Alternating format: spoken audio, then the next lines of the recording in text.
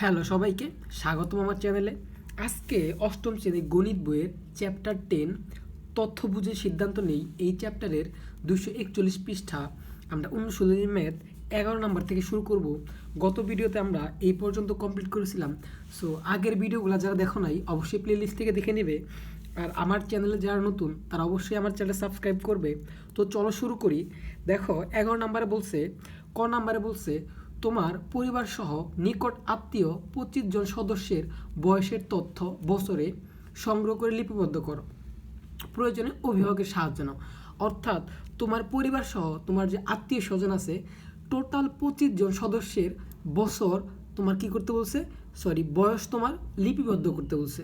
আর খ নাম্বারে বলছে তোমার বন্ধুর পরিবার সহ নিকট আত্মীয় 30 জন সদস্যের বয়স বছরের সংগৃহীত তথ্যের লেখচিত্র। তার মানে ভাই দেখো এই পেজে তোমার বন্ধুর পরিবারের এবং নিকট আত্মীয়র 30 জনের বয়স এখানে ছক আকারে দেওয়া আছে। আর আমার যেটা করছে সেটা হচ্ছে অভিভাবকের সাহায্য নিয়ে আমার 25 জন সদস্যের কি করতে হবে ভাইয়া, সংগ্রহ করতে হবে। তারপরে আমাদের এই কোশ্চেনগুলোর অ্যান্সার দিতে হবে।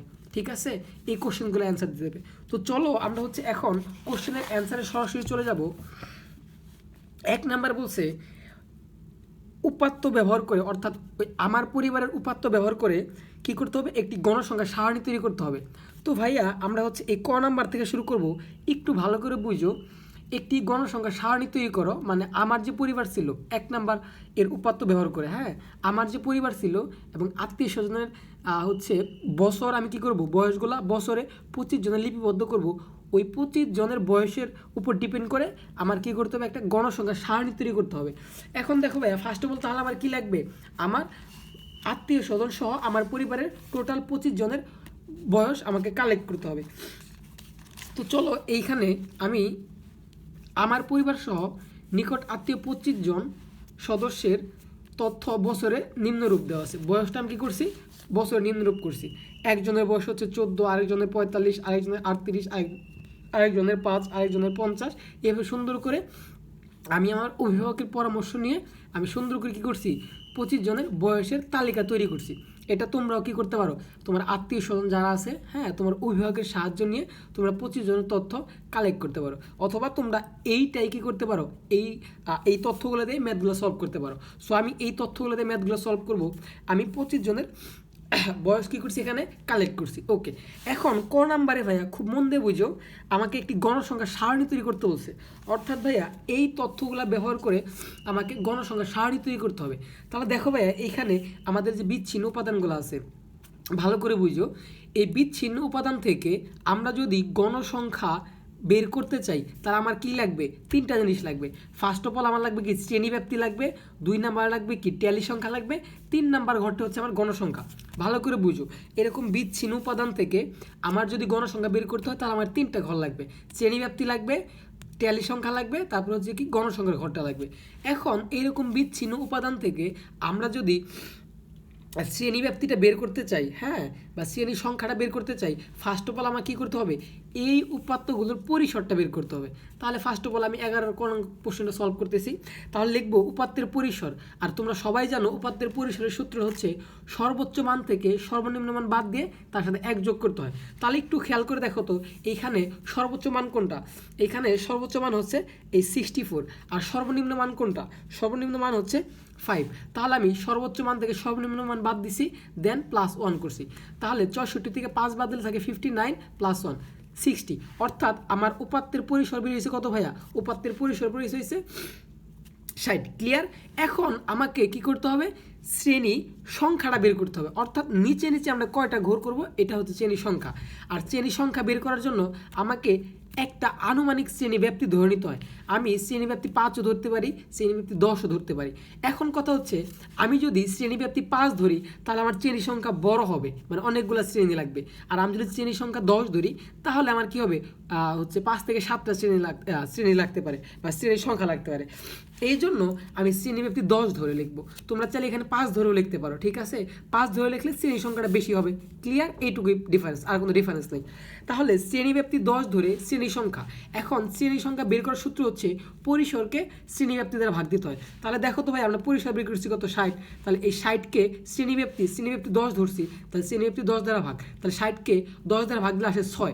এই 6টা যা আসলো, এই 6টা আসার মানে কি আমরা শ্রেণী সংখ্যা অর্থাৎ নিচে নিচে ঘর করবো 6টা।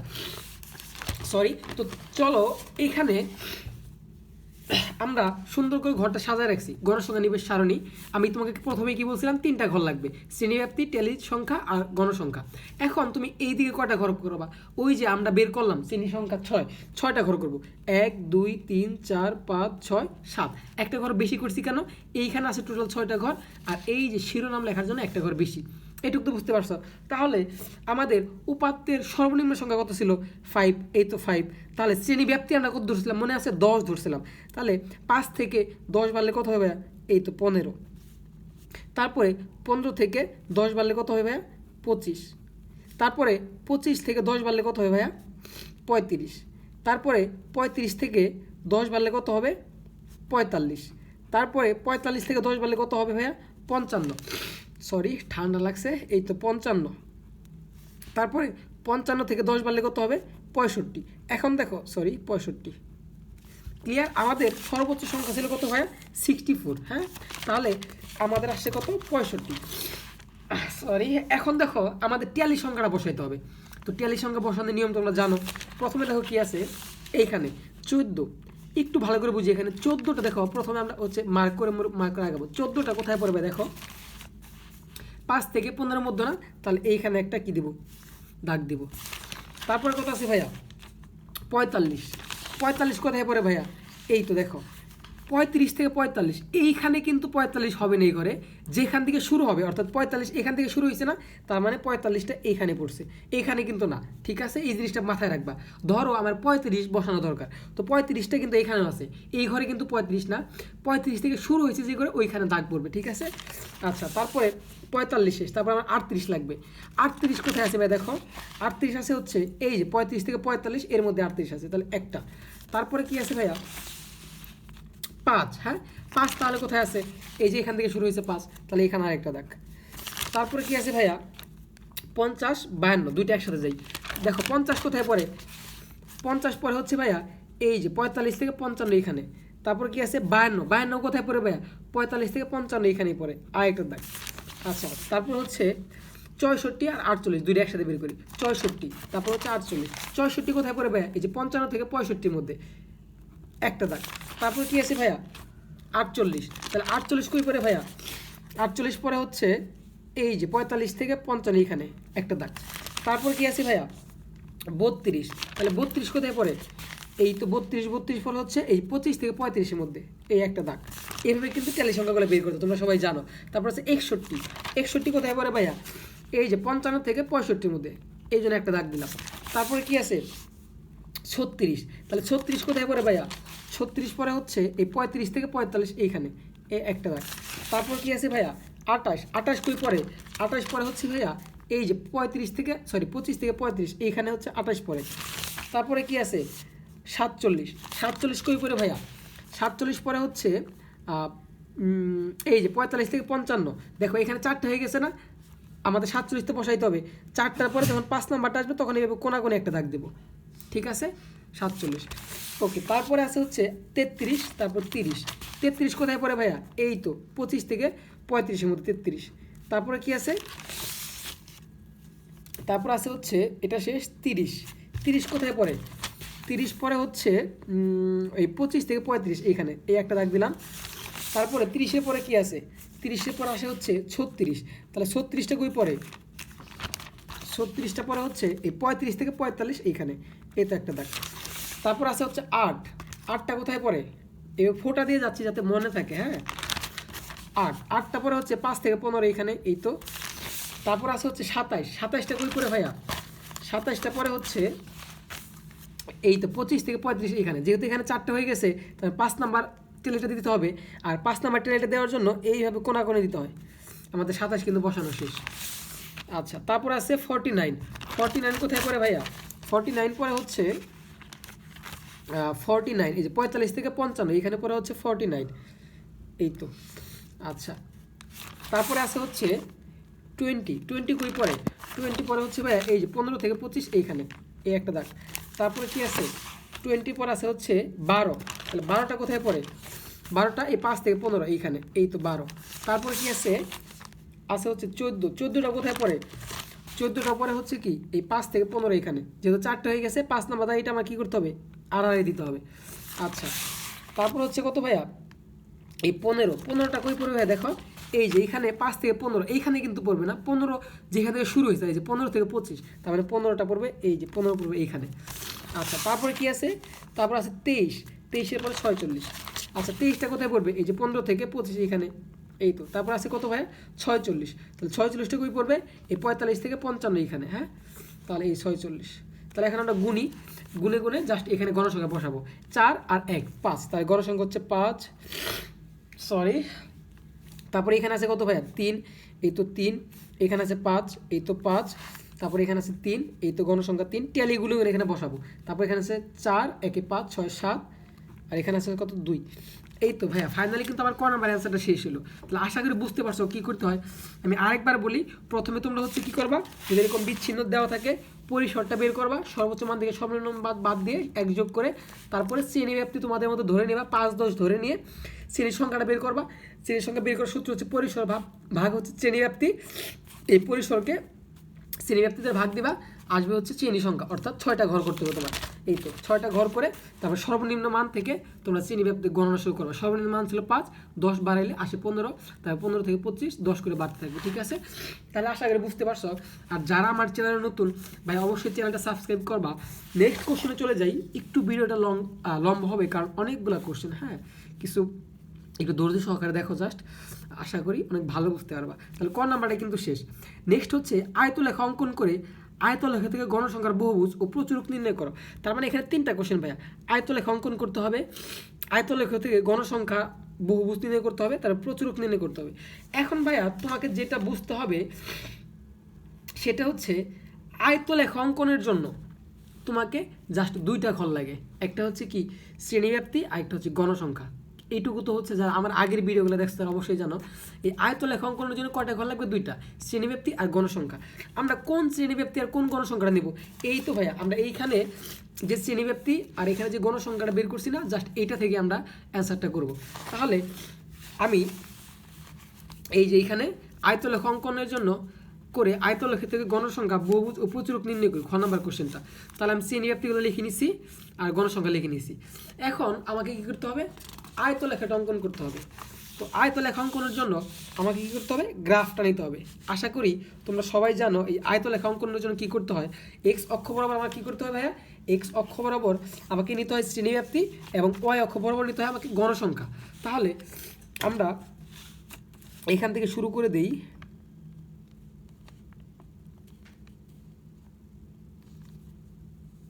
ছক কাগজে একটু মন দিয়ে দেখো, এটা হচ্ছে কি ভাই ওয়াই অক্ষ,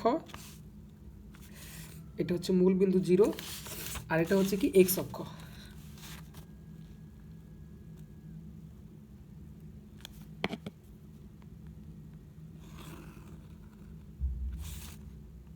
ওকে এটা হচ্ছে কি ভাই এক্স অক্ষ, একটু ভালো করে বুঝো, এটা কিন্তু তোমরা পেন্সিল দিয়ে অঙ্কন করবা, আমি হচ্ছে কাগজ কলম দিয়ে অঙ্কন করতেছি যাতে স্পষ্ট বোঝা যায়। তাহলে আমাকে কি করতে হবে এক্স অক্ষ বরাবর আয়তলেখা অঙ্কনের জন্য সবসময় এক্স অক্ষ বরাবর শ্রেণীব্যাপ্তি নিতে হয়। তাহলে আমি নিচে লিখবো এখানে হচ্ছে শ্রেণীব্যাপ্তি, মন দিয়ে দেখো কীভাবে করি শ্রেণীব্যাপ্তি। আর ওয়াই অক্ষ বরাবর কি নিতে হবে, ওয়াই অক্ষ বরাবর আমাকে গণসংখ্যা নিতে হয়। তাহলে আমি এখানে লিখবো হচ্ছে গণসংখ্যা।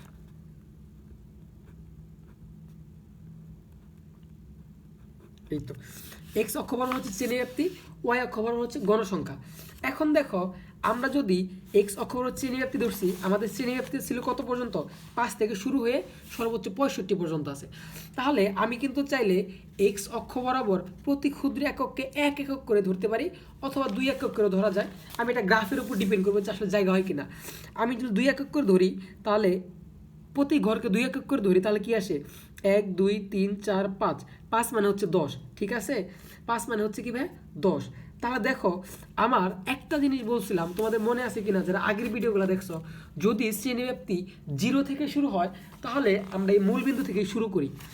আর যদি শ্রেণী ব্যাপ্তিরা 0-র পর থেকে শুরু হয়, অর্থাৎ 5, 10 থেকে শুরু হয়, এখানে 5 থেকে শুরু হয়েছে, তাহলে আমরা এই প্রথম 5টা ঘরকে এইভাবে কেটে দিই। তার মানে এই ঘরগুলোতে আগের মানগুলো আছে। আমরা শুরু করব এইখান থেকে, ঠিক আছে? তাহলে এইখানে আসবে কত ভাইয়া? 5। প্রতি একক ঘরকে যদি আমি 2 করে ধরি তাহলে কত আসবে? 5 ঘর পরে আসবে 10, তাহলে এখানে আসবে 10। তারপরে এখানে আসবে কত? প্রতি এক ক্ষুদ্র এককে 2 করে ধরছি, 10-এর পরে এখানে আসবে কত ভাইয়া? 20। তারপরে এখানে আসবে কত ভাইয়া? 30। এখানে আসবে কত ভাইয়া? 35। এখানে আসবে কত? 45। এখানে আসবে কত? 55। তারপর আসবে কত ভাইয়া? 55 পরে এইখানে আসবে, দেখো একদম এই হয়ে গেছে। আমি একটু একটু বাড়াই দিই, এটা এইখানে x অক্ষ, ঠিক আছে? গ্রাফটা আমি করে ফেলছি, এটা হচ্ছে x অক্ষ। 55 পরে কী ভাইয়া? এইখানে আসবে হচ্ছে 65। একটু ভালো করে বুঝো, হ্যাঁ? এটা হচ্ছে 65। আমার গ্রাফে জায়গা ধরনে, হ্যাঁ? যদি এক এক করে নিতাম তার মানে আরও জায়গা লাগতো। যেহেতু আমার জায়গা স্বল্পতা, এই জন্য প্রতি ক্ষুদ্র একক ঘরকে আমি 2 করে নিছি। তাহলে এখান থেকে এখানে কাটা কেন দিচ্ছি মনে আছে তো? যদি 0 থেকে শুরু হতো তাহলে মূলবিন্দু থেকে শুরু করতাম, এটা তোমাদের মাথায় রাখতে হবে। যদি 0 থেকে শুরু হতো তাহলে মূলবিন্দু থেকে ধরতাম। যেহেতু 0 থেকে শুরু হয় না, এই জন্য প্রথম এই 5টা ঘরকে কাইটা আমি বুঝাই দেবো যে না, আমার আগের মানগুলো এখানে আছে, তাহলে 5 থেকে শুরু হয়েছে। তাহলে 5 ঘর পরে প্রত্যেক ঘরকে 10 করে ধরছি, হ্যাঁ? 2, 4, 6, 8, 10। তাহলে 5 থেকে, সরি একটু মিস্টেক করে ফেলছি, দেখো 5 থেকে 15, সরি এখানে যে 15 থেকে এখানে যে 25, 5 করে বাড়ছে না, দেখো 10 করে বাড়ছে না, 5 থেকে 15, 15 থেকে 25। তাহলে যদি 5 থেকে হয়, হ্যাঁ, 5 থেকে প্রতি একক ঘরকে 2 করে ধরি তাহলে 10, তাহলে 5 আর সাথে 10 যোগ করলে 15 না 25। তারপরে এখানে আসবে হচ্ছে 35, এখানে আসবে হচ্ছে 35 আর 10 যোগ করলে আসে হচ্ছে 45। শিট, ভুল করে ফেলছি, একটু কাটলাম, হ্যাঁ? এখানে হচ্ছে 15, এখানে আসবে হচ্ছে 25, এখানে আসবে হচ্ছে 35, এখানে আসবে হচ্ছে 45, এখানে আসবে হচ্ছে 55, আর এখানে আসবে হচ্ছে 55 সাথে 10 যোগ করলে আসবে 65। এইটা না, হ্যাঁ, এটা হচ্ছে ফাইনাল। ভালো করে বুঝো, একটু কাটা ছেড়ে হয়ে গেছে, এই জন্য এগুলো পেন্সিল দিয়ে করতে হবে, হ্যাঁ? আমি কলম দিয়ে করতে যাতে ভুল হলে, সরি, স্পষ্ট বোঝা যায়। তোমরা পেন্সিল দিয়ে করলে হবে কি, ভুল হলে কাটতে পারবা। দেখো 5-এর পরে হচ্ছে আমাদের 10 ঘর হচ্ছে 10 বাড়াইতে হবে না, প্রত্যেক ঘরে 10 করে 2 করে ধরছে যেহেতু, তাহলে 5-এর সাথে 10 যোগ করলে 15, 25, 35, 45, 55, 65, হ্যাঁ? বুঝতে পারছো আশা করি। আর ওয়াই অক্ষ বরাবর আমাদের গণসংখ্যা সর্বোচ্চ আছে কত? আমাদের গণসংখ্যা সর্বোচ্চ আসে হচ্ছে কত? 7। তাহলে এক এক করে ধরতে পারি, হ্যাঁ? তাহলে এক এক করে ধরলে এইখানে আসবে কত? হচ্ছে 5, এইখানে আসবে 10, তারপর হচ্ছে 15। আমাদের গণসংখ্যা সর্বোচ্চ আছে কত? আমাদের গণসংখ্যা সর্বোচ্চ ছিল 7, আর বাড়ানোর দরকার নেই, হ্যাঁ? আচ্ছা, এখন আয়তলেখা তোমরা সবাই পারো। যখন শ্রেণীব্যাপ্তি 5 থেকে 15 তখন গণসংখ্যা হতো 5। তাহলে এই তো 5 থেকে 15, এইখানে গণসংখ্যা হচ্ছে 5, তাহলে কি হবে ভাইয়া? এই যে এইখানে একটা কি হবে? দাগ দিতে হবে। এগুলো কিন্তু তুমি স্কেল দিয়ে করবা যাতে না হয়, আঁকা বাঁকা না হয়। এইভাবে একটা করে আয়তলেখা অঙ্কন, মানে আয়তক্ষেত্র অঙ্কন করবা। যখন 5 থেকে 15 ছিল, দেখো যখন শ্রেণীব্যাপ্তি 5 থেকে 15 ছিল তখন গণসংখ্যা 5, তাহলে শ্রেণীব্যাপ্তি 5 থেকে 15, গণসংখ্যা 5 হচ্ছে এখানে। তারপরে যখন শ্রেণীব্যাপ্তি 15 থেকে 25 তখন গণসংখ্যা তো 3, তাহলে এই যে 15 থেকে 25 গণসংখ্যা 3, তার মানে কি 1, 2, 3 এইখানে আসবে।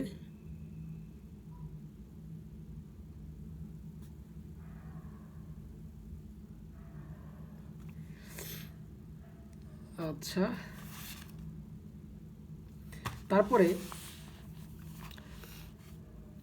যখন শ্রেণীব্যাপ্তি 25 থেকে 35 তখন গণসংখ্যা 5, যখন শ্রেণীব্যাপ্তি 25 থেকে 35 গণসংখ্যা 5, তার মানে এইখানে এই তো এগুলো কিন্তু আমরা স্কেল দিয়ে সুন্দর করে যোগ করো, আমি হাত দিয়ে করতেছি, এই তো ওকে। তারপরে দেখো যখন শ্রেণীব্যাপ্তি 35 থেকে 45 তখন গণসংখ্যা হচ্ছে 3, তাহলে এই যে 35 থেকে 45 গণসংখ্যা 3, 1, 2, 3 এখানে আসতেছে, এই তো। আচ্ছা, তারপরে যখন 45 থেকে 55 তখন গণসংখ্যা 7, তাহলে 45 থেকে 55 এইখানে, এই যে 45 থেকে 55 এখানে গণসংখ্যা 7, তাহলে এটা হচ্ছে 5, 6, 7, এই যে এখানে পড়তেছে, এই তো এটাকেও যোগ করে দেব। ওকে সরি। তারপর যখন 55 থেকে 65 তখন হচ্ছে 2, তাহলে 55 থেকে 65 এই যে এখানে 55, এই যে 55, এই যে 65, তার মানে এইখানে হ্যাঁ 2, তাহলে 1 2, এই তো দেখো আমার কিন্তু কি হয়ে গেছে ভাইয়া, আয়তলেখাটা অঙ্কন হয়ে গেছে। আমাকে প্রথম কোশ্চেন বলছিল কি করতে, যে আয়তলেখা অঙ্কন করতে। আয়তলেখা কিন্তু অঙ্কন আমার শেষ। এরপর হচ্ছে আয়তলেখাতে গণসংখ্যার বহুভুজ করবো। দেখো এটা বুঝতে পারছো কিনা, আমি একটু মিস্টেক করে ফেলছিলাম এখানে, 5-এর সাথে 10 যোগ করলে যে 15 হয় এটা ভুলে গেছিলাম, হ্যাঁ 10 লিখে ফেলছিলাম, তারপরে 10 করে বাড়তেছে, প্রত্যেক ঘরকে 2 করে ধরছি। এখন এই যে আয়তলেখাটা অঙ্কন করলা, এখানে যা করছো এটা জন্য একটু অঙ্কনের বিবরণ দিতে হবে। তো চলো অঙ্কনের বিবরণটা দেখো, যা লিখছি জাস্ট তাই বলবো। যে অঙ্কনের বিবরণ, এক্স ছক কাগজে এক্স অক্ষ বরাবর প্রতি ক্ষুদ্রতম বর্গকে 2 একক ধরে শ্রেণীব্যাপ্তি এবং ওয়াই অক্ষ বরাবর প্রতি ক্ষুদ্রতম বর্গকে 1 একক ধরে গণসংখ্যার জন্য বিন্দু বসাই। তাহলে দেখো তাই করছি না, এইখানে তুমি যদি এটা পারো বর্ণনা নিজেই দিতে পারবা।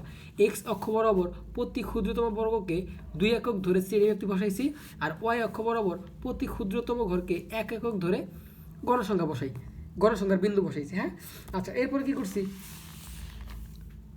বসাই এবং আয়তক্ষেত্র গঠন করি, ফলে আয়তলেখা অঙ্কন হলো।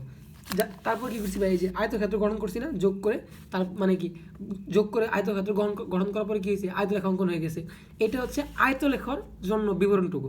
এখানে যা করছো তাই লিখবা জাস্ট। এখানে ভাইয়া তোমরা একটু কাটা ছিঁড়া করো না, সরি। আমার তোমরা যেহেতু পেন্সিল দিয়ে করবে তখন কিন্তু মুছাই ফেলতে পারবে। হ্যাঁ আচ্ছা, এরপরে বলতে বলছে কি, আমাকে আয়তলেখ থেকে গণসংখ্যার বহুভুজ করতে বলছে। সবসময় মনে রাখবা, আয়তলেখ থেকে গণসংখ্যার বহুভুজ করার জন্য এই প্রত্যেকটা আয়তক্ষেত্রের যে মধ্যবিন্দুগুলো আছে, এক একটা আয়তের বিপরীত বাহুর যে মধ্যবিন্দুগুলো আছে, ভূমি বরাবর যে বাহুটা, দেখো এই আয়তের, ভালো করে বুঝো, এই আয়তের ভূমি বরাবর মধ্যবিন্দু কোনটা, এটা। তাহলে এইটার বিপরীত বাহু এইটা, হ্যাঁ এইটার বিপরীত বাহু হচ্ছে এইটা। তাহলে এই বিপরীত বাহুতে মধ্যবিন্দু কোনটা, এখানে পড়ে না ভাইয়া, এই তো দেখো 1 2 1 2, তাহলে এই মাঝখানে ঘরে মধ্যে হচ্ছে মধ্যবিন্দু, তাহলে একটা করে মধ্যবিন্দু দিতে হবে। সিমিলারতে এটার একটা মধ্যবিন্দু দিতে হবে, এটার একটা মধ্যবিন্দু দিতে হবে প্রত্যেকটা আয়তেরই, এটার একটা মধ্যবিন্দু, এটার একটা মধ্যবিন্দু, এটার একটা মধ্যবিন্দু, 1 2, এই যে এখানে, ওকে এই যেটা হচ্ছে মধ্যবিন্দু। এরপর কি করতে হবে, এই বিন্দুগুলো জাস্ট যোগ করে দিতে হবে। তাহলে আমরা যদি এখন বিন্দুগুলো যোগ করি,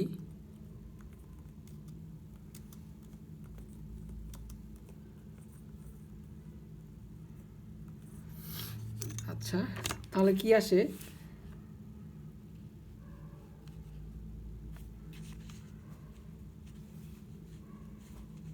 প্রথমে হচ্ছে এটার সাথে এটা যোগ করব,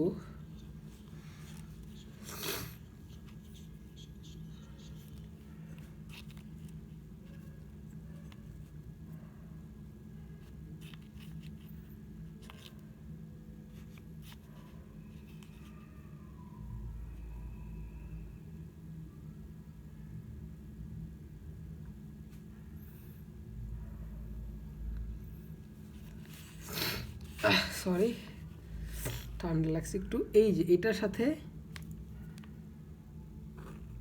যোগ, তারপরে এই বিন্দুর সাথে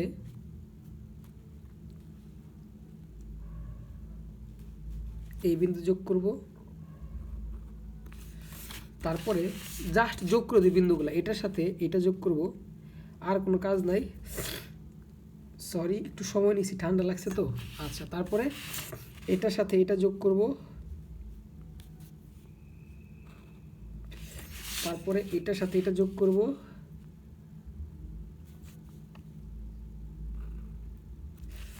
তারপরে এইটার সাথে ফাইনালি এইটা যোগ করব,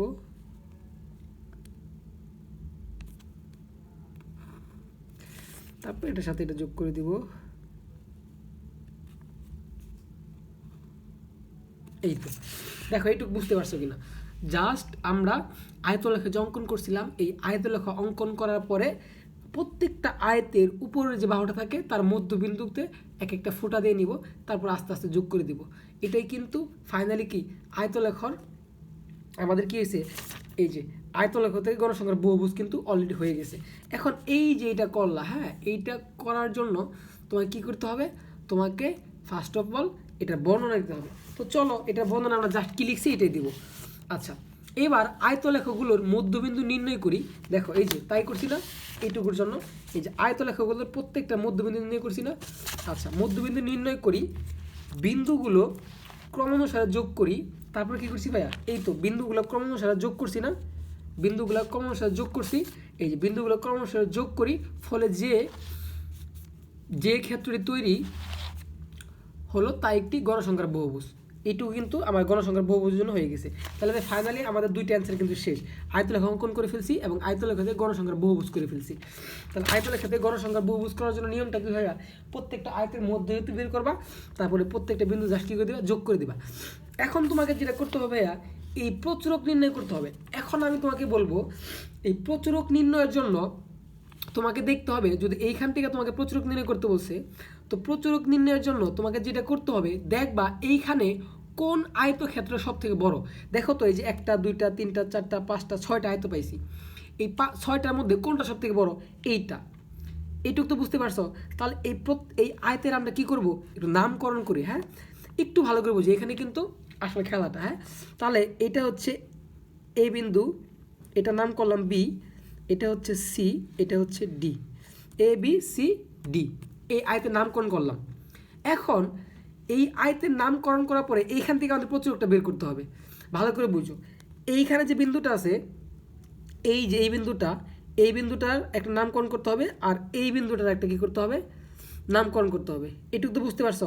তাহলে এইটার নামকরণ করি হচ্ছে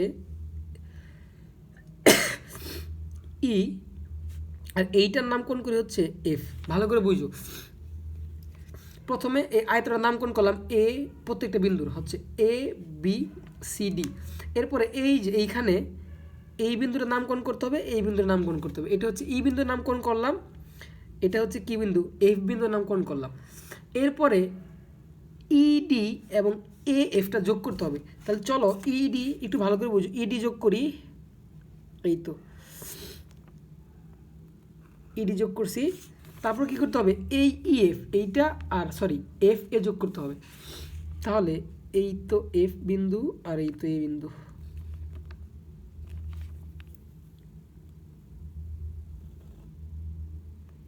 এই তো এ আর এফ যোগ করছি। যোগ করার ফলে এইখানে একটা বিন্দু তৈরি হয়েছে না, এই বিন্দুটার নামকরণ করবো হচ্ছে পি বিন্দু।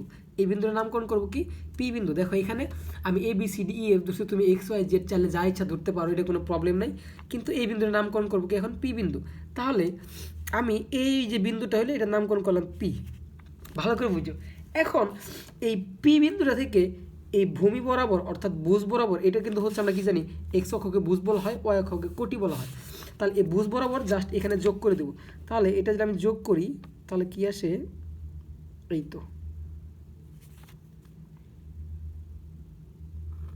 এই তো একটা লম্ব পাইলাম না, ভূমি থেকে উপর দিকে লম্ব পাইলাম না, এই লম্বের একটা নামকরণ করি, এটা হচ্ছে কি ভাইয়া, এম। অর্থাৎ এই যে এমটা বের হলো আমার, এই এম বিন্দুর ভুজ যেটা হবে সেটাই হচ্ছে কি ভাইয়া, প্রচুরক।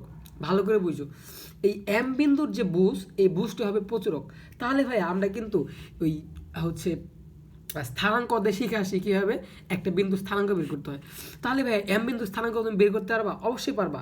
এইখান থেকে তুমি হচ্ছে এম বিন্দুর এক্স অক্ষ বরাবর কত দূরে আছে এটা দেখতে হবে।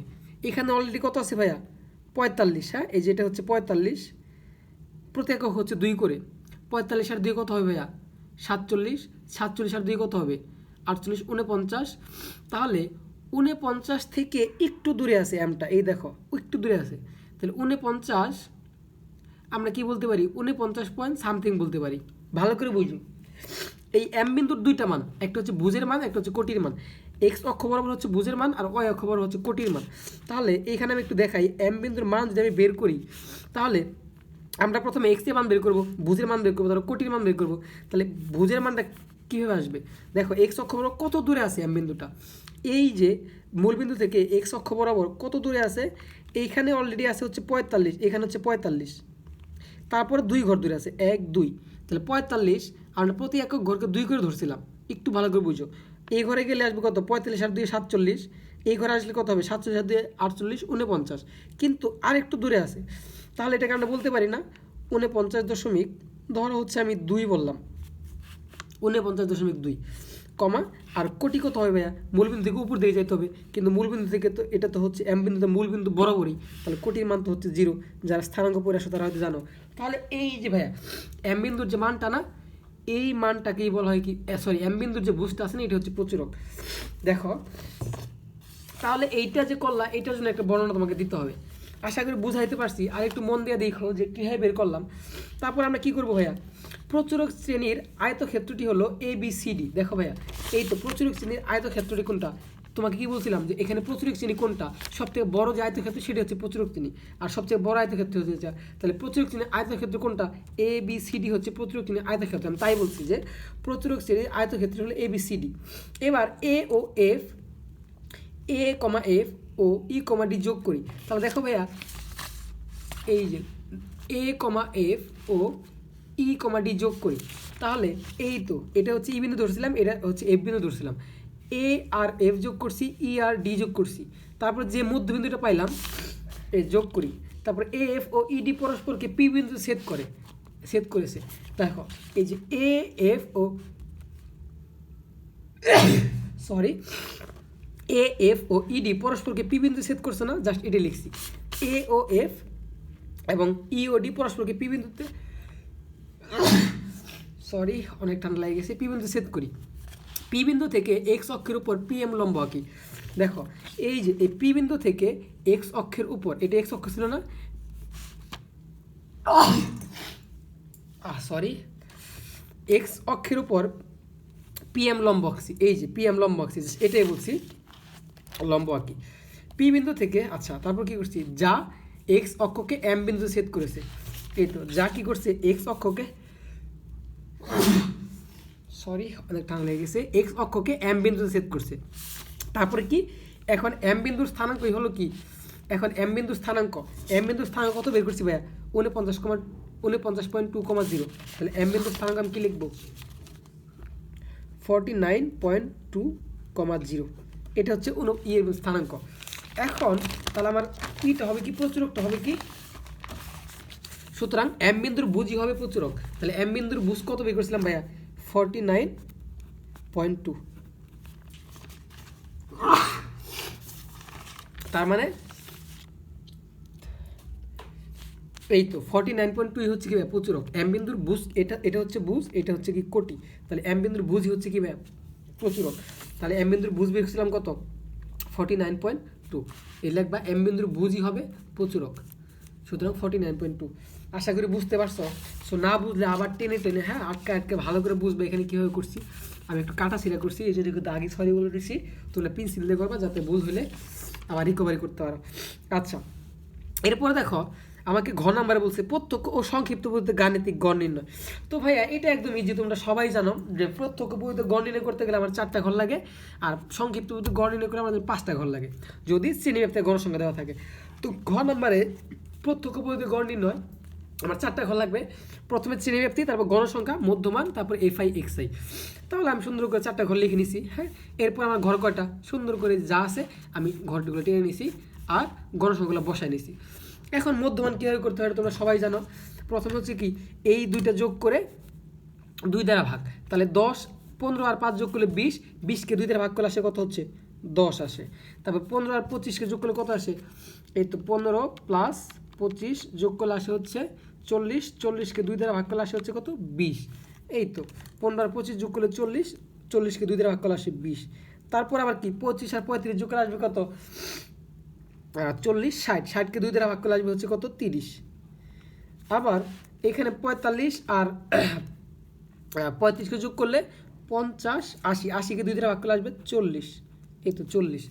তারপরে 45 আর 55, 60, 100, 100কে 2 দ্বারা ভাগ করলে আসে কত 50, জাস্ট দুইটাকে যোগ করে 2 দ্বারা ভাগ 65, তাহলে 70 আর হচ্ছে এটা একটু যোগ করি মুখে পারতেছি না, 65 প্লাস 55 যোগ করলে আসে হচ্ছে 120, ভাগ করবো হচ্ছে 2 দ্বারা, তাহলে আসবে হচ্ছে 60, তাহলে এই হচ্ছে 60।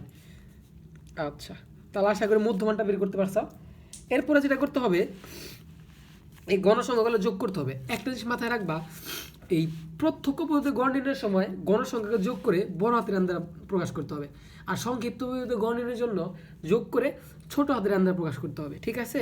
আচ্ছা, এখন কি আমার এই ঘরটা কীভাবে পূর্ণ করবো? আমরা জানি যে প্রথম তিনটা ঘর হচ্ছে শ্রেণীব্যাপ্তিক, গণসংখ্যার মধ্যমান, তারপরে যে ঘরটা সেটা হচ্ছে এই গণসংখ্যা আর মধ্যমানের গুণফল। তাহলে 5 আর 10 গুণ করলে কত আসে? 50। 3 আর 20 গুণ করলে কত আসে? 60। আচ্ছা, তারপরে হচ্ছে 30 আর 5 গুণ করলে কত আসে? তাহলে এই 30 গুণন 5 আসে হচ্ছে আমার 150। তাহলে এই তো 150। তারপরে 40 আর 3 গুণ করলে কত আসে? এই গণসংখ্যার মধ্যমান গুণ করে এখানে বসাই দেবো এফআই এক্সআই। এফআই এই গণসংখ্যা, এক্সআই হচ্ছে মধ্যমান, এক্সআইকে মধ্যমান দ্বারা প্রকাশ করতে হয়। 40 আর 3 গুণ করলে কত আসে? 40 × 3 আসবে হচ্ছে কত? 120। তাহলে এই তো এখানে হচ্ছে 120। তারপরে 50 আর 7 গুণ করতে হবে, 50 গুণন 7, তাহলে আসতে হচ্ছে কত? 350। এই তো 350। তারপরে 60 আর 2 গুণ করলে আসবে হচ্ছে 120। এখন আমার কি লাগবে? এই এফআই এক্সআই এর সামেশন, অর্থাৎ এই সবগুলোর যোগফল লাগবে। তাহলে আমি কি লিখবো এখানে? সামেশন অফ এফআই এক্সআই, এটা কত আসবে? আমি সবগুলো যোগ করি। প্রথমে আছে 50, তারপর আছে প্লাস 60, এই তো 60, হ্যাঁ, তারপর আছে হচ্ছে কত? 50 60, তারপর আছে 150, এই তো 150, তারপর আছে হচ্ছে কত? 120 120, ক্যালকুলেটার মনে দেখা যাচ্ছে না, এই যে আমি তুলতেছি। 120, তারপর আছে 350, তারপর হচ্ছে প্লাস 350 প্লাস আছে হচ্ছে 120, এই তো 120, এই সবগুলো যোগ করলে আসে হচ্ছে কত? 850। কত আসবে? এই তো 850। এই তো এই সবগুলো যোগফল, এগুলো কিন্তু ক্যালকুলেটর তোমরা করতে পারো। ঠিক আছে? ক্যালকুলেটরে তোমরা ইজিলি করতে পারবা। ওকে, শেষ। এখন আমরা এই প্রত্যক্ষ পদ্ধতিতে গড় নির্ণয়ের সূত্র জানি, গাণিতিক গড় summation of FI XI divide by N. অর্থাৎ এই যে আমরা সমষ্টি করলাম, এই মানগুলোকে আমি যদি হচ্ছে কি গণসংখ্যার সমষ্টি দ্বারা ভাগ দিই, তাহলে আমার কি পেয়ে যাবো? এটা পেয়ে যাবো। তাহলে গণসংখ্যার সমষ্টি অর্থাৎ এন এর মান হচ্ছে 25, আর সামেশন অফ এফআই এক্সআই মান হচ্ছে 850। তাহলে আমি যার সূত্রের মধ্যে বসাই দেবো, এই সামেশন অফ এফআই এক্সআই মান হচ্ছে 850 ভাগ এন এর মান হচ্ছে কত? 25। এখন আমরা এই 850কে যদি 25 দ্বারা ভাগ দিই, আসবে হচ্ছে 34। সুতরাং এটাই হচ্ছে কি আমাদের গাণিতিক গড় অ্যান্সার। আশা করি বুঝতে পারছো, একদম ইজি কিন্তু এটা। এরপরে কাজটা হচ্ছে আমাদের সংক্ষিপ্ত পদ্ধতি গড় নির্ণয়ের জন্য। এই সংক্ষিপ্ত পদ্ধতি গড় নির্ণয়ের জন্য আমাদের 5টা ঘর লাগবে। প্রথমে শ্রেণীব্যাপ্তিক, গণসংখ্যা, এরপরে মধ্যমান, তারপর ধাপ বিচ্যুতি, তারপরে এফআই ইউআই। অর্থাৎ এই গণসংখ্যার সাথে আমাকে ধাপ বিচ্যুতি গুণ করে বসাইতে হবে। এটাও তোমরা যারা আমার আগের ভিডিও দেখছো, একদম ইজি কিন্তু। তো আমরা এখন এই মধ্যমানগুলা বের করা কিন্তু জানি। প্রথমে হচ্ছে এটা যোগ করে 2 দ্বারা ভাগ, তো মধ্যমান আমরা বের করছিলাম 10, তারপর এটা ছিল 20, তারপর হচ্ছে এটা ছিল 30, এটা ছিল 40, এটা ছিল 50, আর এটা ছিল কত? 60। এই তো আমরা কিন্তু এই যে এখানে বের করছিলাম অলরেডি, হ্যাঁ, 60 পর্যন্ত ছিল, তো জাস্ট বসাই দিছি। এরপরে তোমাকে এই ধাপ বিচ্যুতিটা বের করতে হবে। তো এই ধাপ বিচ্যুতি বের করার জন্য একটা টেকনিক আছে, আর এটা কিন্তু আমরা তোমাকে দেখাইছি। তোমাকে এই এর মানটা লাগবে। ধাপ বিচ্যুতির সূত্র হচ্ছে ইউআই সমান x minus A divide by H. এর মানটা লাগতে হবে। তো এই হচ্ছে আনুমানিক গড়। এটা বের করার জন্য তোমাকে যেটা করতে হবে, তুমি দেখবা মধ্যমানের, এই মধ্যমানের ঘরের মধ্যের মানটা হচ্ছে এর মান। এখন দেখো, আমি যদি এইখান থেকে 2টা বাদ দিই, এইখান থেকে 2টা বাদ দিই, মাঝখানে 2টা ঘর থাকে, সেই ক্ষেত্রে এখানে কিন্তু জোর আছে। দেখো একটু ভালো করে বুঝে, 1 2 3 4 5 6 জোর সংখ্যা আছে। যদি বেজোর সংখ্যা থাকতো, ধরো এটা ছিল না, তাহলে কি উপর থেকে 2টা বাদ, এর নিচের থেকে 2টা বাদ, মাঝখানে ছিল 30, অর্থাৎ 30ই হয়তো এর মান যদি বেজোর থাকতো। কিন্তু এখন জোর, এখন তুমি এই মাঝখানেটা কীভাবে আইডেন্টিফাই করবা? দেখো উপর থেকে 3টা বাদ, এখান থেকে 3টা বাদ দিলাম, মাঝখানে কিচ্ছু থাকে না, এই 3 ঘর বাদ, এই 3 ঘর বাদ, কিচ্ছু থাকে না, এর মান কোনটা? যখনই এরকম জোর থাকবে, তখন এইখান থেকে 2টা বাদ, এইখান থেকে 2টা বাদ, তাহলে মাঝখানে কি থাকে? 30 আর 40 থাকে।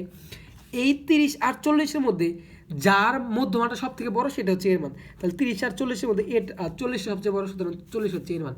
বুঝাইতে পারছি? এর আগের যে ম্যাথগুলো করছিলাম, তখন কিন্তু এখানে বেজোর থাকতো, সো নিচের থেকে উপর থেকে বাদ দিলে মাঝখানে একটা ঘর থাকতো, ওইটা আমরা এর মান ধরতাম। কিন্তু যখন জোর থাকবে, তখন নিচের থেকে উপর থেকে বাদ দিলে মাঝখানে 2টা ঘর পাবা, হ্যাঁ, এইখানে কিন্তু দেখো দুইটা ঘর পাইছিলাম 30 আর 40। এখন তুমি কোনটাকে মধ্য এর মান ধরবা, এর মান হচ্ছে যেটা বড়, দেখো 30 আর 40-এর মধ্যে বড় কোনটা 40, তাহলে 40 হচ্ছে এর মান। যেটা বড় থাকবে দুইটার মধ্যে সেটা মানে যে মধ্যমানটা বড় থাকবে সেটা হচ্ছে এর মান। আশা করি বুঝাইতে পারছি।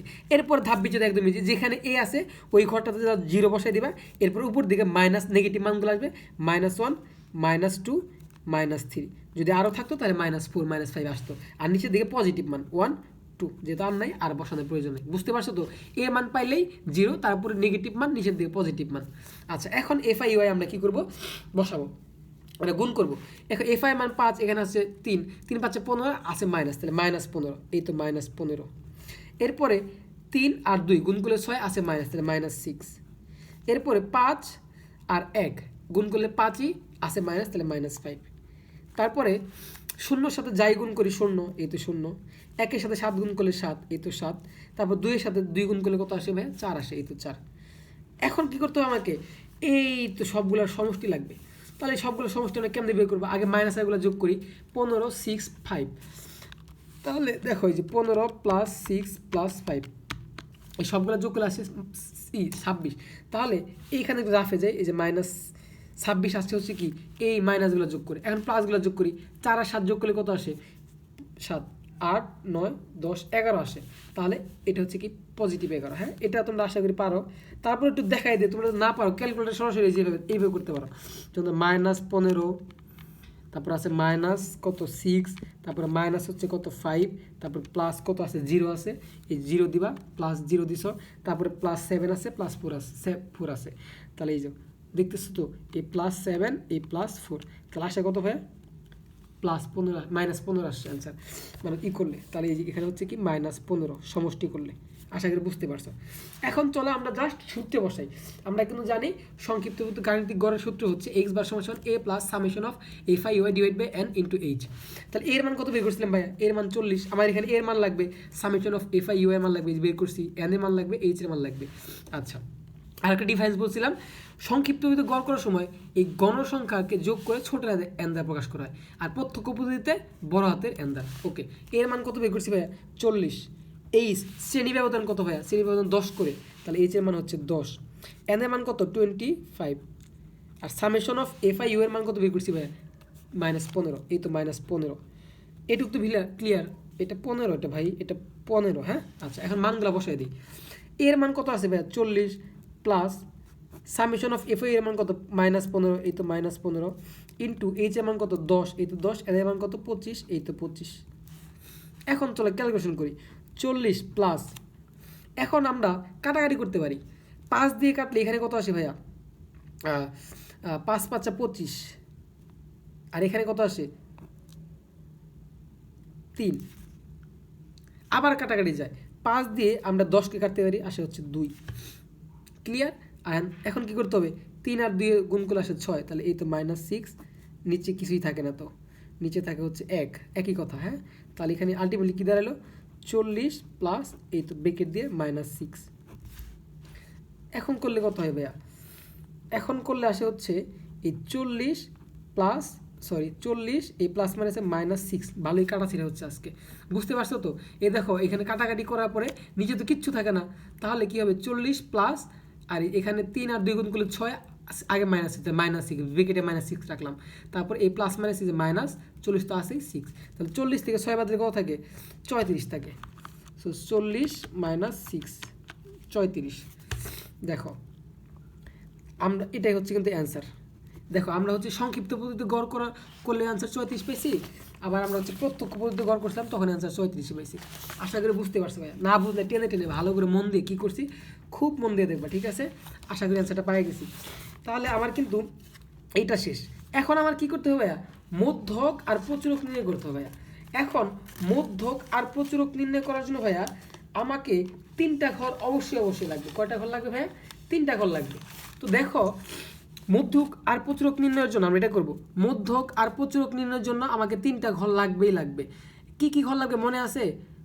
প্রথম হচ্ছে শ্রেণীব্যাপ্তি, তারপর হচ্ছে গণসংখ্যা, তারপর হচ্ছে ক্রমযুক্ত গণসংখ্যা। যারা আগের ভিডিওগুলো দেখছো তারা কিন্তু অবশ্যই জানো যে মধ্যক নির্ণয় করার জন্য আমার হচ্ছে 3টা ঘর অবশ্যই লাগে। কি কি? এই তো সুন্দর করে আমি লিখে দিছি, শ্রেণীব্যাপ্তি, গণসংখ্যা আর ক্রমিত গণসংখ্যা, মধ্যক আর প্রচুরক নির্ণয়ের জন্য। ঠিক আছে, তো শ্রেণীব্যাপ্তি যা ছিল বসাইছি, তারপর গণসংখ্যা যা ছিল বসাইছি। এখন এই ক্রমিত গণসংখ্যা এটা কিন্তু তোমরা সবাই জানো কীভাবে করতে হয়। প্রথম গণসংখ্যাটা জাস্ট এখানে বসে, তারপর এটার সাথে এটা যোগ করতে হয়, 5 আর 3 যোগ করে, মানে এটার সাথে এটা যোগ করে এখানে বসাইতে হয়। 5 আর 3 যোগ করলে 8, এই 8 হবে এখানে, এটা তুমি দাগ দিয়ে নাম বোঝানোর জন্য। আবার এই 8-এর সাথে এই 5 যোগ করে এই ঘরে বসবে, তাহলে 8 আর 5 কত হবে? 8 আর 5 হচ্ছে 9, 10, 11, 12, 13, এই তো 13 বসবে এখানে। তারপর এটার সাথে যোগ করে এখানে বসবে, 13 আর 6 যোগ করলে 16, 3 যোগ করলে, তারপর 16 আর 7 যোগ করলে আসে হচ্ছে কত? 23, এই 23 বসবে এখানে। 23 আর 2 যোগ করলে আসে 25, 25 বসবে এখানে। সবসময় দেখবা যে তোমার ক্রমিত গণসংখ্যার শেষে যেটা আসে ওইটা হয় গণসংখ্যার সমষ্টি। এই দেখো 25, এখানে 25, তাহলে বুঝবে ঠিক আছে, আর নাহলে ভুল আছে কোথাও একটা। হ্যাঁ, এটা মনে রাখবা সবসময়। তাহলে বুঝছো তো, প্রথমটা জাস্ট যেভাবে আছে সেভাবে বসবে, তবে এটার সাথে এটা যোগ করে এখানে বসবে, এটার সাথে এটা যোগ করে এখানে বসবে, এটার সাথে এটা যোগ করে এখানে বসবে, এটার সাথে এটা যোগ করে এখানে বসবে। আশা করি বুঝতে পারছো। তারপর এটার সাথে এইভাবে বসে যাবে। এখন আমাকে মধ্যক নির্ণয় করতে হবে। প্রথমত মধ্যক নির্ণয় করার জন্য তোমাকে আগে মধ্যক শ্রেণীটা বের করতে হবে, যে কোন শ্রেণীতে মধ্যকটা আছে। আর এটা বের করার জন্য তোমাকে আগে n-কে 2 দ্বারা ভাগ করতে হবে। তাহলে আমি লিখব মধ্যক শ্রেণীর অবস্থান কোথায়? n/2, n এর মান 25, ভাগ দিলাম 2, 25-কে 2 দ্বারা ভাগ করলে আসে 12.5। এই তো দেখো, এই 12.5টা দেখবা ক্রমজয়িত গণসংখ্যার কোন ঘরে পড়ে? ওই ঘরের শ্রেণীব্যাপ্তি হচ্ছে মধ্যক শ্রেণীর। আরেকবার ক্লিয়ার করি, n-কে 2 দ্বারা ভাগ করলে, n-কে 2 দ্বারা ভাগ করলে যে মানটা আসবে, এই মানটা দেখবা ক্রমযুত গণসংখ্যার কোন ঘরে পড়ে? যে ঘরে পড়ে ওই ঘরের শ্রেণীব্যাপ্তিটাই হবে মধ্যক শ্রেণী।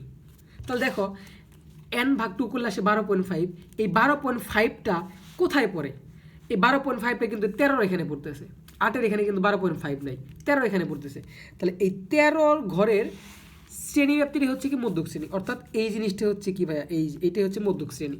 তাই আমরা লিখছি এই যে মধ্যক শ্রেণী 25 থেকে 35, এই তো মধ্যক শ্রেণী 25 থেকে 35, এটুকু তো ক্লিয়ার। এখন মধ্যক নির্ণয়ের সূত্র আমরা সবাই জানি, মধ্যকের সূত্র হচ্ছে L+n/2 - FC × H/FM। এখন আমাদের L এর মান লাগবে, L এর মান জানি আমরা লোয়েস্ট ভ্যালু, অর্থাৎ মধ্যক শ্রেণীর সর্বনিম্ন মান। এখন মধ্যক শ্রেণীর সর্বনিম্ন মান কত? 25, এই তো 25, আর মধ্যক শ্রেণীর সর্বনিম্ন মান সর্বোচ্চ মান 35। L এর মান হচ্ছে 25, মানে মধ্যক শ্রেণীর সর্বনিম্ন মান। n/2 মান তো পাইছি আমরা, n/2, এই যে n/2 মান 12.5 লিখছি। H তো আমরা জানি শ্রেণী ব্যবধান হচ্ছে 10, হ্যাঁ, মানে 15 থেকে 5 বাদ দিলে 10 থাকে, শ্রেণী ব্যবধান 10 লিখছি।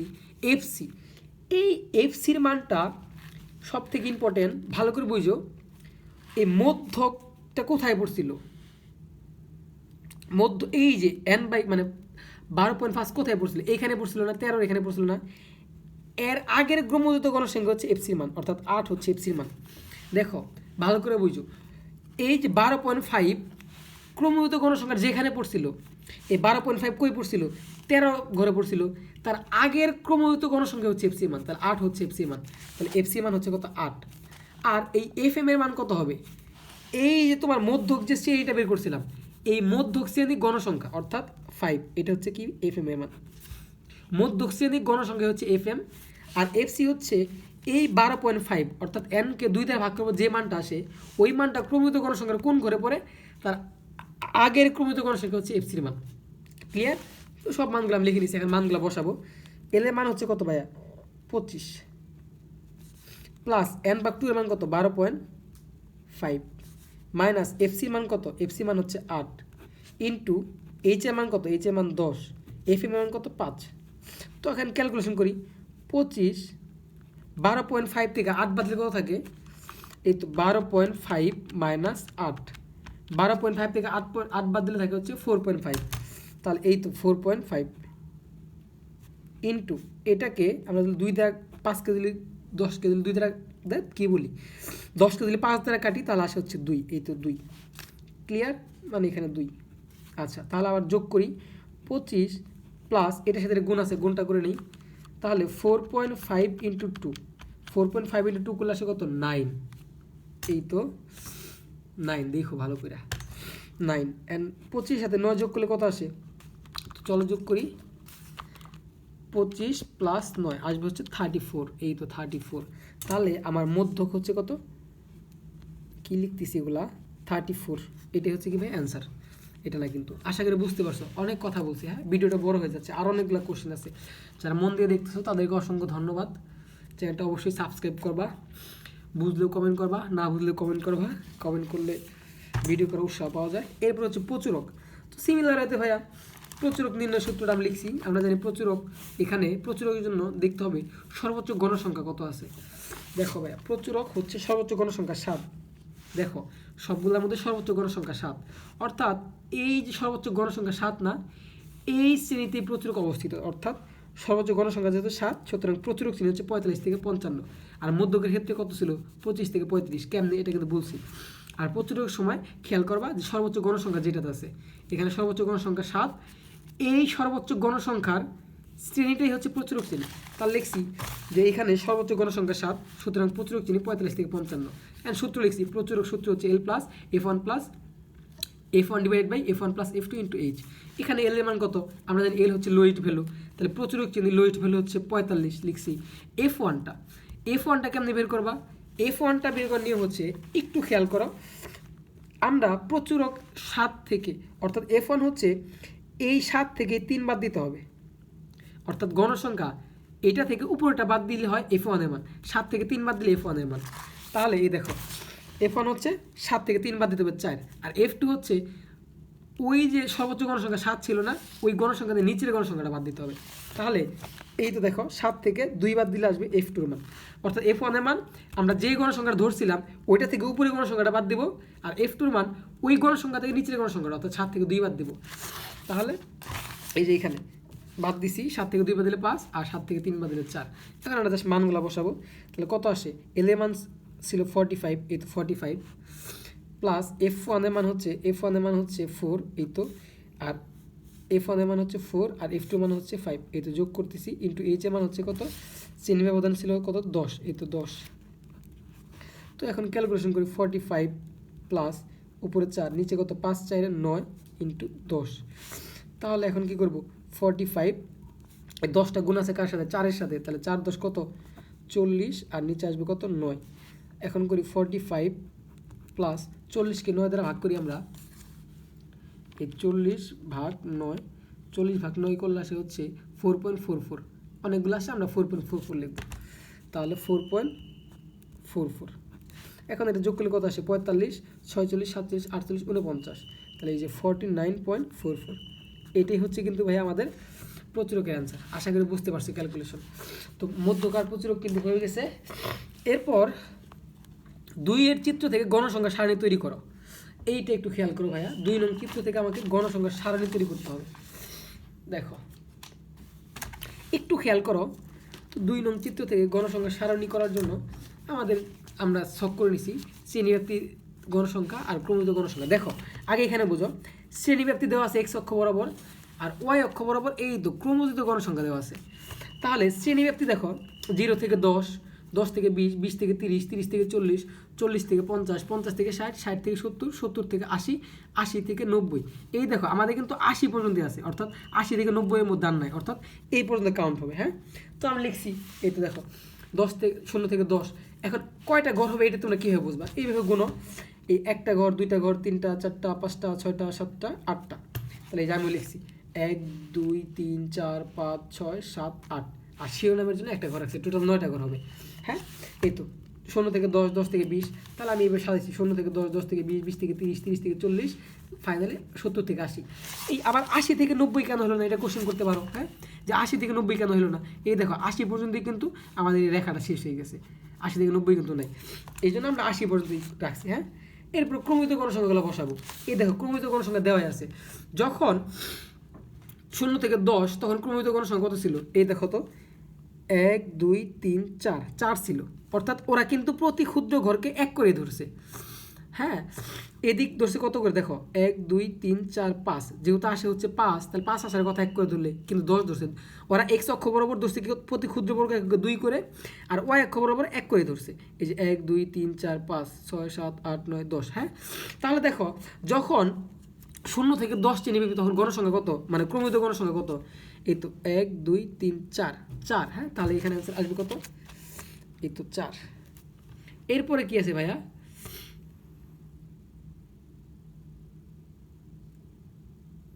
এরপরে দেখো সরি 10 থেকে যখন 20 তখন গণসংখ্যা কত? 1 2 3 4 5 6 7 8, তখন হচ্ছে 8। তাহলে এখানে কত আসবে? 8। যখন 20 থেকে 30 তখন কত আসে? যখন 20 থেকে 30, এই তো 20 থেকে 30, তাহলে কত আসতেছে? এই যে 5 10 সরাসরি 15, তাহলে কত আসবে ভাই? 15।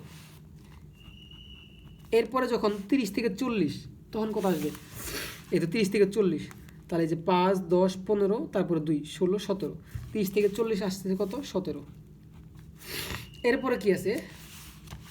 30 থেকে 40 পরে 40 থেকে 50, তাহলে এই তো 40 থেকে 50, তাহলে 5 10 15 20 21 22 23 24 আসতেছে কত? 24, এই তো 24। তারপরে কত ভাইয়া? 50 থেকে 60, 50 থেকে 60 এর জন্য কত হবে? এই যে 50 থেকে 60, 5 10 15 20 25 26 27, এই তো ভালো করে দেখো, 5 10 15 20 25, এই যে এটা সরি 5 10 15 20 25, তেরি কি বলতেছি এগুলা, আরেকবার দেখো 50 থেকে 60, হ্যাঁ 50 থেকে 60, তাই যে 50 থেকে 60 এইখানে 5 10 15 20 25 26 27, তারপর 27, এখানে আসবে 27। 60 থেকে 70, 60 থেকে 70 এখানে 5 10 15 20 25 26 27 28 29 আসবে হচ্ছে কত? 29। তাহলে এই যে এখানে হচ্ছে 29। তারপর ফাইনালি 70 থেকে কত? 80, এই তো 70 থেকে 80 সরাসরি কত আছে ভাই? 30 আছে। তাহলে 70 থেকে 80 এর মধ্যে হচ্ছে 30। এখন আমাদেরকে বের করতে বলছে কি ভাইয়া? গণসংখ্যার সারণী তৈরি করতে বলছে। তো ভাইয়া গণসংখ্যার সারণী তৈরি করার জন্য একটু মনে আছে কিনা আমি একটু মনে করাই দিই তোমাদেরকে। আমরা যখন গণসংখ্যা দেওয়া থাকতো তখন আমরা ক্রমিত গণসংখ্যা কেমনে বের করতাম? মনে আছে? প্রথম করে যা থাকতো এটাই লিখতাম। দেখো একটু খেয়াল করে দেখি, এই যে যখন গণসংখ্যা দেওয়া ছিল, ক্রমিত গণসংখ্যা ছিল, তখন কি করতাম? প্রথমে 5 ছিল, 5 বসাইছিলাম, তারপর 5-এর সাথে 3 যোগ করে যেটা আসে সেটা এখানে বসাইতাম, 8-এর সাথে 5 যোগ করে যেটা আসে সেটা এখানে বসাইতাম। সিমিলার এতে আমার যদি ক্রমিত গণসংখ্যা থাকে তাহলে আমি কি করব ভাইয়া? তাহলে এই 4টা তো এখানে থাকবেই, এরপরে এই 8 থেকে উপরটা বাদ দিব, বাদ দিয়ে যেটা হবে সেটা এখানে। তাহলে 8 থেকে 4 বাদ দিলে থাকে কত? 4, এই তো 4। এরপরে কি এই ঘরে বসাবো কীভাবে? 15 থেকে 8 বাদ দেবো, এইটা থেকে এটা বাদ দেবো, তাহলে 15 থেকে 8 বাদ দিলে কত আসে? 15 থেকে 8 বাদ দিলে আসে 7, এই তো 7। তোমরা এখানে এইভাবে মাইনাস করে না দেখালেও চলবে, তোমরা জাস্ট এগুলো লিখে যাবা মনে মনে বাদ দিয়ে। 17 থেকে 15 বাদ দিলে কত থাকে? 2 থাকে, এই তো 2 এখানে লিখবা। আমি এটা একটু রাফ দেখাইলাম, তোমরা এটা লিখবা না। তারপর 24 থেকে 17 বাদ দিলে কত থাকে? 24 থেকে 17 বাদ দিলে থাকে হচ্ছে 7, এই 7 লাগবে এখানে। এই ঘরে কেমনে বসাবা? 27 থেকে 24 বাদ দেবা, 27 থেকে 24 বাদ দিলে থাকে 3, এই তো 3। তারপর এই ঘরে কেমনে বসাবা? এই 29 থেকে 27 বাদ দিবা, থাকবে হচ্ছে কত? 2। এই ঘরে কেমনে বসাবা? 30 থেকে 29 বাদ দিবা, থাকবে কত? 1, এই তো 1। এটা কিন্তু আমি তোমাকে দেখাইলাম রাফলি, এটা তোমরা করবা না, আশা করি বুঝতে পারছো। এটা কিন্তু অলরেডি আমাদের কি হয়ে গেছে। এখন দেখো নেক্সট যে কোশ্চেনটা, বুঝতে পারছো আশা করি। জাস্ট আরেকবার বলি, তোমার যদি ক্রমিত গণসংখ্যা থাকে, তুমি যদি গণসংখ্যা বের করতে চাও তাহলে প্রথমটা এখানে বসবে, এরপরে এই 8 থেকে 4 বাদ দিবা, এখানে বসাবা, তারপরে ঘরে 15 থেকে 8 বাদ দিয়ে এখানে বসাবা, তারপর 17 থেকে 15 বাদ দিয়ে এখানে বসাবা, উপরে ঘরগুলো বাদ দিয়ে এখানে বসাবা। আশা করি বুঝতে পারছো। এরপর নেক্সট কোশ্চেনটা দেখো কি বলছে, তোমার ও তোমার বন্ধুর পরিবারের সদস্যের গড় বয়সের তুলনামূলক পার্থক্য লেখো। এক্ষেত্রে পরিবারের সদস্য সংখ্যা, বয়স ও শ্রেণী ব্যবধান গড়কে প্রভাবিত করে ব্যাখ্যা করো। এখন দেখো আমার যেটা করতে হবে সেটা হচ্ছে, আমার হচ্ছে কি করতে হবে, গড় কিন্তু দেখো আমার ক্ষেত্রে, আমার পরিবারের ক্ষেত্রে গড় কিন্তু আমরা অলরেডি বের করছিলাম। কোথায় জানো? এই দেখো আমার পরিবারের ক্ষেত্রে আমি কিন্তু গড় বের করছিলাম, এই তো, হ্যাঁ গড় বের করছিলাম, আসলে 34। এখন আমার বলছে যে আমার বন্ধুর পরিবারের, তোমার বন্ধুর পরিবারের সদস্যের গড় তুলনামূলক পার্থক্য, অর্থাৎ আমার তো ঘর বের করছিলাম, এখানে আমার বন্ধুর পরিবারের যে সদস্যদের এই তো যে শ্রেণীব্যাপ্তি আর যে গণসংখ্যা পাইছি, অর্থাৎ এই যে একটু ভালো করে বুঝো, কই জানো, এই যে, হ্যাঁ এই দুইটা ডাটা নিয়ে আমাকে আবার গড় করতে হবে। গড় করে দেখতে হবে যে আমার বন্ধুর গড় কত আর আমার পরিবারের গড় কত বা পার্থক্যটা কত, তুলনামূলক পার্থক্য কত, এটা বের করতে বলছে এবং প্রভাব খেলে কিনা সেটা ব্যাখ্যা করো। তাহলে এখন আমার বন্ধুর পরিবারের গড় বের করতে হবে। তাহলে আমি লিখছি যে এটা হচ্ছে 4 নম্বর কোশ্চেন, বন্ধুর পরিবারের সদস্যের প্রত্যক্ষ পদ্ধতিতে গড় নির্ণয় সাধারণ। এখানে আমি সংক্ষিপ্ত পদ্ধতিতে করতে পারতাম, বাট ওই একটু বড় হবে এই জন্য আমি প্রত্যক্ষ করছি, একই কথা। তাহলে এই যে যা দেওয়া ছিল শ্রেণীব্যাপ্তি গণসংখ্যা, এই তো দেখো এটা আবার কই থেকে পাইলাম, আবার বইলো না। এই দেখো আমার বন্ধুর পরিবারের শ্রেণীব্যাপ্তি আর এই যে গণসংখ্যা কিন্তু আমরা বের করছি, হ্যাঁ, জাস্ট এই দুইটাই বসাইছি। তারপরে কি ভাইয়া, প্রত্যক্ষ পদ্ধতিতে গড় নির্ণয়ের জন্য আমার মধ্যমান লাগে। তাহলে মধ্যমান আমরা সবাই জানি বের করতে পারি, কেমন বের করতে বলো তো? আমি জাস্ট কী করবো, এই দুইটা যোগ করে 2 দ্বারা ভাগ, তাহলে 0 আর 10 যোগ করলে 10ই, 10কে 2 দ্বারা ভাগ করলে আসে 5। তারপরে 10 এখানে আসে 10 আর 20 যোগ করলে 30, 30কে 2 দ্বারা ভাগ করলে আসে 15। আবার এখানে আসে 50কে 2 দ্বারা ভাগ করলে আসে 25। হ্যাঁ, এখানে হয় 70, 70কে 2 দ্বারা ভাগ করলে আসে 35। তারপর আসে 90, 90কে 2 দ্বারা ভাগ করলে 45। আসে হচ্ছে কত 110, 110কে 2 দ্বারা ভাগ করলে আসে 50।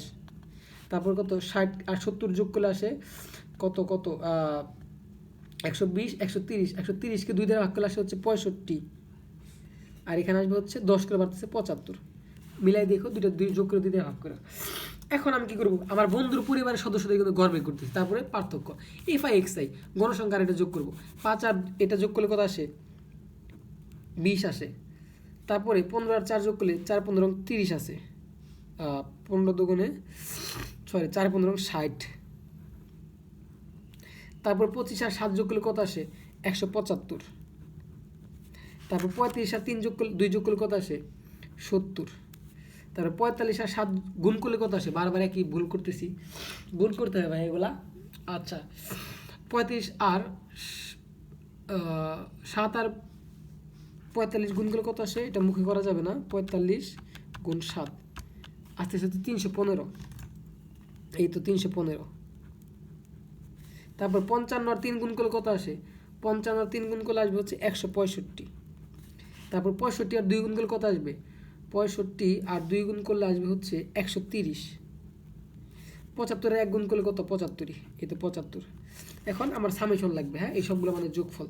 তাহলে সামেশন অফ এফআই এক্সআই এটা যোগ করলে সবগুলো যোগ করলে আসে হচ্ছে 1010 আসবে। এই তো এই সবগুলো যোগ করলে কত আসবে 1010। তাহলে এখন আমরা সূত্র লিখি, সূত্রটা আশা করি সবাই পারো। সুতরাং গাণিতিক গড় নির্ণয়, গাণিতিক গড় সমান সমান হচ্ছে কি summation of FI XI divide by হচ্ছে কত এন। তাহলে সামেশন অফ এখানে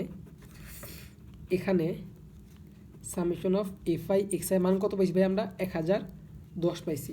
আর এন এর মান কত পাইছি, এন এর মান পাইছি হচ্ছে কত, এই তো সবগুলা যোগ করলে আসে 30। এই তো 30। তাহলে কত আসে 1010 ভাগ হচ্ছে 30। সরি, ঠান্ডা লাগে গেছে। 1010কে ভাগ করবো 30 দ্বারা, আসবে হচ্ছে কত 33.66। সো আমরা লিখবো 33.67, হ্যাঁ 33.67 লিখবো। এটা অনেকে আবার বলো কেন হইলো, দেখো এই যে 33.666 আসতেছে, আমরা দশমিক উপর 2 ঘর নিব। তাহলে এই যে 33, এইখানে দেখতে হবে যে আমার যে ঘর পর্যন্ত নিব আমি 2 ঘর নিব, তারপরে ঘরের সংখ্যাটা কি 5 অথবা 5-এর থেকে বড় কিনা। এই যে আমি এই 6 পর্যন্ত নিতে যাচ্ছি, তাহলে এর পরে ঘর আছে 6, 6টা 5-এর থেকে বড়, 5 থেকে বড়, এই জন্য আমার যে ঘর পর্যন্ত নেব ওই ঘরে 1 যোগ করতে হবে, ছিল 6 হয়ে যাবে 7। এটা কিন্তু সবাই জানো আশা করি। এই তো এখন দেখো তো এটা অ্যান্সার। তারপরে কোশ্চেনটা বলছে কি তুলনামূলক পার্থক্য বের করতে বলছে। এখন পার্থক্য বের করতে বলছে, এক্ষেত্রে পরিবারের সদস্য সংখ্যা, বয়স, শ্রেণী ব্যবধান, গড়কে প্রভাবিত করে ব্যাখ্যা করো। তাহলে পার্থক্যটা বের করবো এখন। এই তো আমার পরিবারের সদস্যের গড় বয়স 34 এবং আমার বন্ধুর পরিবারের সদস্যের গড় বয়স কত বের করছি, তাহলে লিখতে হবে 33.67। তাহলে গড় বয়স হচ্ছে কত 33.67, যা আমার পরিবারের সদস্যের গড় বয়স থেকে 33.67 গড় বয়স থেকে কত বেশি হবে, এটা বাদ দিতে হবে পার্থক্য যেহেতু। তাহলে আমার পরিবারে ছিল 34, বের করছিলাম মাইনাস 33.67, আসে হচ্ছে 0.33। তাহলে অ্যান্সার আসবে, এটা কিন্তু 67, হ্যাঁ 0.33 বছর কম। তাহলে আমার এর থেকে আর হচ্ছে কত কম, 0.33 কম, এটা বের করতে বলছিল। তারপরে কোশ্চেন হচ্ছে এই পরিবারের সদস্য সংখ্যা, বয়স, শ্রেণী, ব্যবধান গড়কে প্রভাবিত করে কিনা ব্যাখ্যা করো। আমরা কি লিখবো? পরিবারের সদস্য সংখ্যা, বয়স ও শ্রেণী ব্যবধান ইত্যাদি মানের কারণে এফআই এক্সআই এর মান কম বেশি হবে, ফলে গড়কে প্রভাবিত করে। তার মানে দেখলাম কি ভাইয়া যে আসলে কি করে, শ্রেণী ব্যবধান, তারপর হচ্ছে কি বয়স, শ্রেণী ব্যবধান, সদস্য সংখ্যা ইত্যাদি মানের উপর এফআই এক্সআই অর্থাৎ গড় মানটা কি কম বেশি হতে পারে, কম বেশি হয়। ফলে যদি এফআই এক্সআই কম বেশি হয় তার মানে আমার গড়টা প্রভাবিত হবে, তাহলে গড়টা প্রভাবিত হবে বা করবে, এটা কিন্তু আমাদের লিখতে হবে। আশা করি ভাইয়া বুঝতে পারছো। এরপর লাস্ট মনে হয় একটা কোশ্চেন আছে 6 নম্বর। অনেক বড় হয়ে গেছে ভিডিওটা, যারা মন দিয়ে দেখছো তাদেরকে অসংখ্য ধন্যবাদ, আশা করি উপকৃত হবা। এরপরে বলছে চিত্র ও ছকের মধ্যে কোনটির মাধ্যমে তথ্য উপস্থাপন সহজবোধ্য বলতে মনে করো, উত্তর হিসাবে যুক্তি দাও। তো আমি আমার মতোকে লিখে রাখছি, চিত্র ও ছকের মধ্যে চিত্রের মাধ্যমে তথ্য উপস্থাপন সহজবোধ্য বলে আমি মনে করি। কেন সেটা আমার যুক্তি দিতে বলতে মনে করি। আমি হচ্ছে কি ছকের মাধ্যমে বেশি স্বাচ্ছন্দ্য বোধ করি, বা চিত্রের মাধ্যমে, চিত্রের মাধ্যমে। তো কেন সেটা বলবো। 1 নম্বরে সহজ ও আকর্ষণীয় তথ্য উপস্থাপন করা যায়। 2 নম্বর জটিল হিসাব ছাড়াই দ্রুত তথ্য সম্পর্কে ধারণা পাওয়া যায়। ছকের তুলনায় চিত্রের গ্রহণযোগ্যতা বেশি। সো আমি 3টা হচ্ছে যুক্তি দিয়েছি। সো আমি আজকে ভিডিওটি এই পর্যন্তই রাখবো, আশা করি বুঝতে পারছো। সো যারা তখন কষ্ট করে ভিডিও দেখলা, আশা করি উপকৃত হয়েছো। আর বুঝলে অবশ্যই কমেন্টে জানাবা, না বুঝলেও জানাবা, কারণ কমেন্ট করলে ভিডিও করে উৎসাহ পাওয়া যায়। আর অবশ্যই চ্যানেলটা সাবস্ক্রাইব করবা। তো আজকের মতো এই পর্যন্তই। এর পরবর্তীতে আমরা হচ্ছে এই 12 নম্বর নিয়ে কথা বলবো। এই পর্যন্ত সবাই ভালো থাকো, সুস্থ থাকো, টাটা।